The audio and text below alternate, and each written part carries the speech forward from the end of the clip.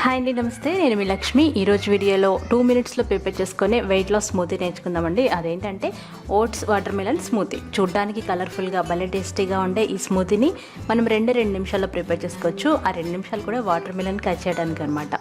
మరి రెసిపీలోకి వెళ్ళిపోదామా? ఇక్కడ నేను DiSano కంపెనీ వాళ్ళ ఓట్స్ వాడుతున్నానండి. ఇవి వెయిట్ లాస్లో చాలా బాగా యూజ్ అవుతాయి అనమాట. అలాగే హై ప్రోటీన్, హై ఫైబర్ ఉంటుంది. సో ఈ లింక్ కావాలంటే డిస్క్రిప్షన్లో ఇస్తాను, చెక్ చేయండి. అలాగే 1 కప్పు వాటర్ మెలన్ని ఇలా క్యూబ్స్ లాగా కట్ చేసుకోవాలి. ఇప్పుడు వీటిని ఒక బ్లెండర్లో కానీ మిక్సీలో కానీ వేసుకోవాలి. ఏ కప్పుతో వాటర్ మెలన్ తీసుకున్నామో అదే కప్పుతోటి ఓట్స్ తీసుకోవాలన్నమాట. అలాగే 1/2 అంగుళం అల్లాన్ని కట్ చేసుకొని వేసుకోవాలి.